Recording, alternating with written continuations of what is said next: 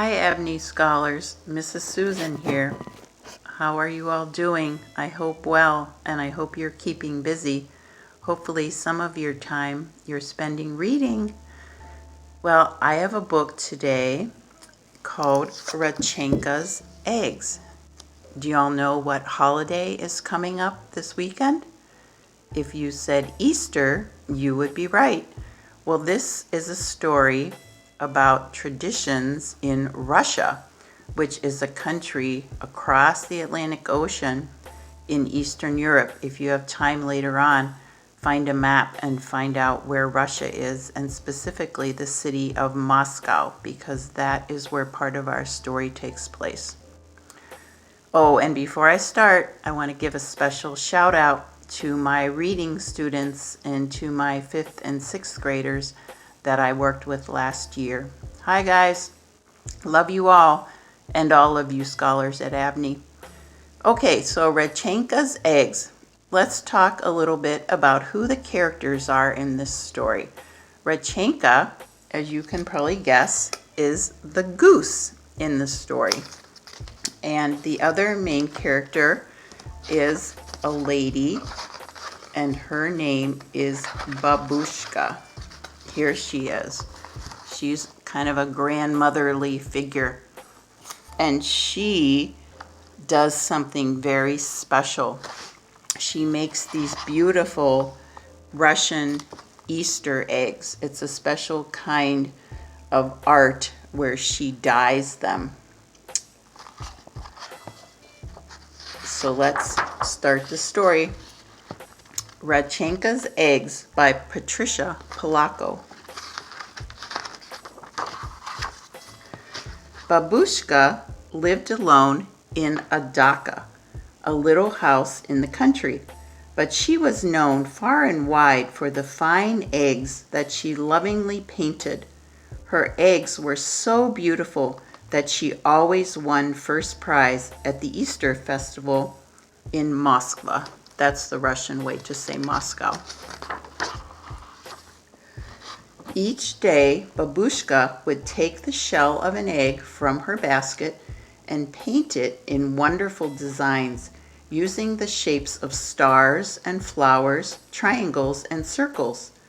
Through the long, cold winter, Babushka painted. It's very cold in Russia, kind of like our winters here in Michigan. Then, one day, after a snowstorm, Babushka went outside. She could still hear the faint sound of falling snow. It was a sound like soft rain.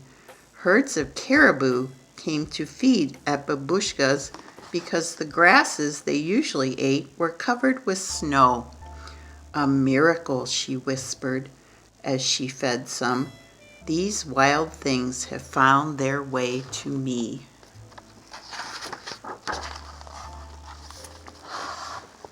Just then, a flock of noisy geese honked loudly overhead. As they glided over the snow, one of them faltered and fell from the sky. Babushka went to where the goose lay, crumpled in the snow. A hunter did this, Babushka grumbled. She carefully picked up the goose and took it back to her little house. There she fed the little goose from her own table and put the goose in her best basket, lined with the warmest quilt from her own bed. I shall name you a good name, one that we both can like, eh, my little friend? She asked as she patted the goose's head. How do you like Rechenka? Yes? Then Rechenka it shall be. With Babushka's care, Rechenka grew stronger as each day passed. To repay her kindness, Rechenka laid an egg for breakfast every morning. She's a special goose. You'll see what happens. As Rechenka got better, she would waddle around the little house, exploring every nook, cupboard, and corner. One day she jumped on top of Babushka's work table. overturning the jars of bright-colored paint that she used to color the eggs. "Nyet!" Babushka screamed as she chased the goose with a broom. "No!" The frightened goose flapped her wings to get away and knocked over the basket of eggs that Babushka had lovingly painted. The eggs crashed onto the floor and shattered into millions of pieces. They were both very sad. There was no reason now for Babushka to go to the festival. So what do you think's going to happen next? The next morning, Babushka slowly got out of bed and trundled over to Rechenka's basket to get her morning egg. But when she reached into the middle of the quilt, she picked out the most brilliantly colored egg that she had ever seen. "A miracle," Babushka whispered. "A miracle." And there's the egg. She made small holes at both ends of the egg and blew the yolk and white into a dish to cook and eat the egg later for breakfast. Then she held the egg up to the morning light and marveled at its beauty. After that, every morning for 12 mornings, there was another egg, each more beautiful than the one laid the day before.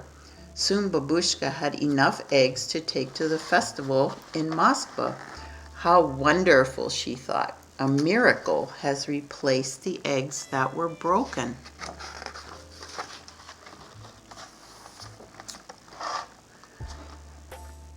"Spring is here, my little friend," Babushka said to Rechenka the morning of the festival.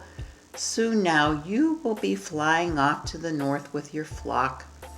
She bustled to the hearth fire and brewed some of her most favored tea. The two shared a saucer of tea with kulach, a sweet Easter bread. She covered each piece with pashka, a spread of cheese, butter, and raisins. They savored each bit together. Well, I made some Easter bread here.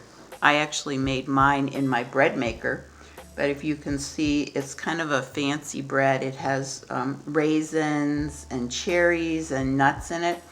And then here is the spread called pashka. Mine is made with cream cheese and butter.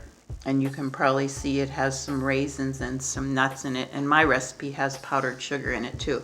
I had some of that for breakfast this morning. So maybe you can try to make something like that for Easter. Okay, back to our story. "One for you, one for me," Babushka chanted. "Da, da, my little friend. I shall sorely miss you, but you are a wild thing, and a miracle sent you to me. It would not be right to ask you to stay here with me forever." When Babushka left her little house, she took one last look at Rechenka sitting on the doorstep. She waved, then took determined steps for Moscow with the basket of her precious eggs.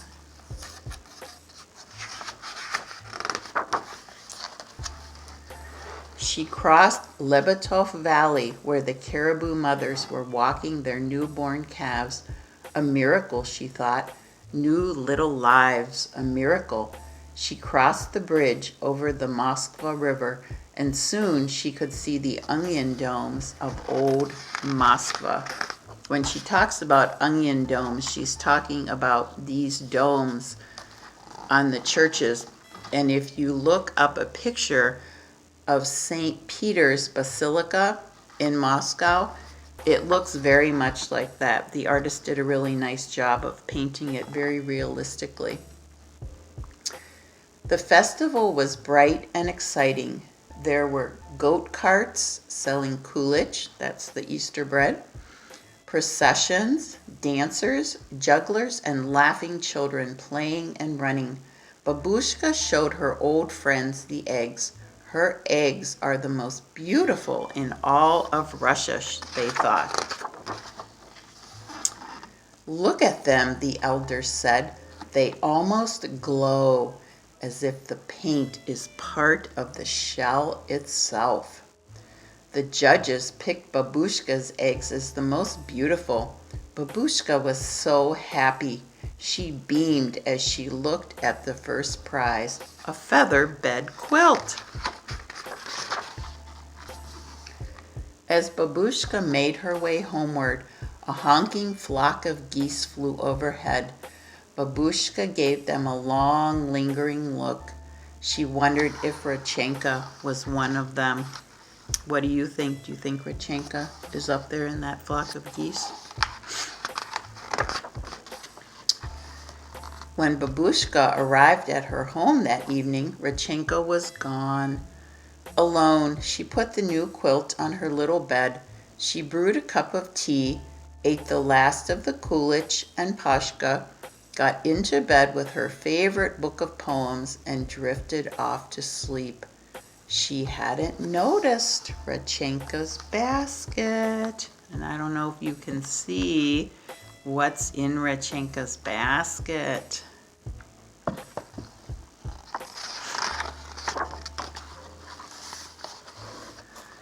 But that night, Babushka was awakened from a sound sleep by an ever so small sound. It was coming from Rechenka's basket. She hobbled closer and saw a glorious egg. But this one was different from all the others. It quivered and moved. It made tiny, muffled sounds. The egg jumped, bumped, rolled, and pitched in the basket. Then there was a crack, and Babushka could see the very special gift that Rechenka had left for her. All a miracle, Babushka said, and this little goose remained with Babushka always. Wasn't that a nice story? Here's another thing I wanted to show you that I've done with some eggs. Do you remember the page where Babushka was blowing out the eggs? I'll see if I can find that one again for you. Well, what I did with these eggs was similar to what she did. I made little holes in them and I blew out the egg inside. Here's the picture. Oops, that's not the right one.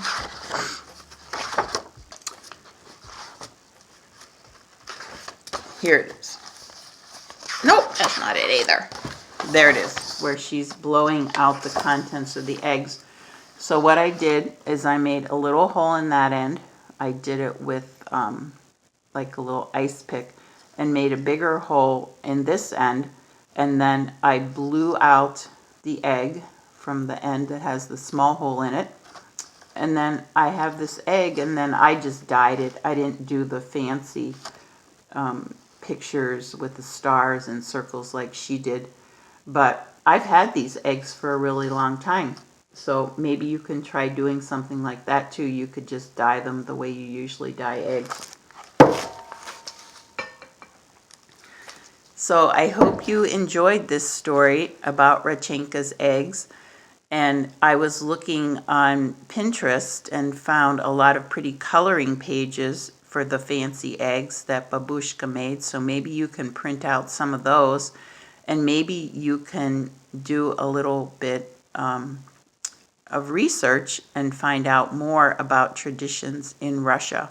And hopefully you have your own Easter traditions. So love you guys, and I'll see you later. Bye.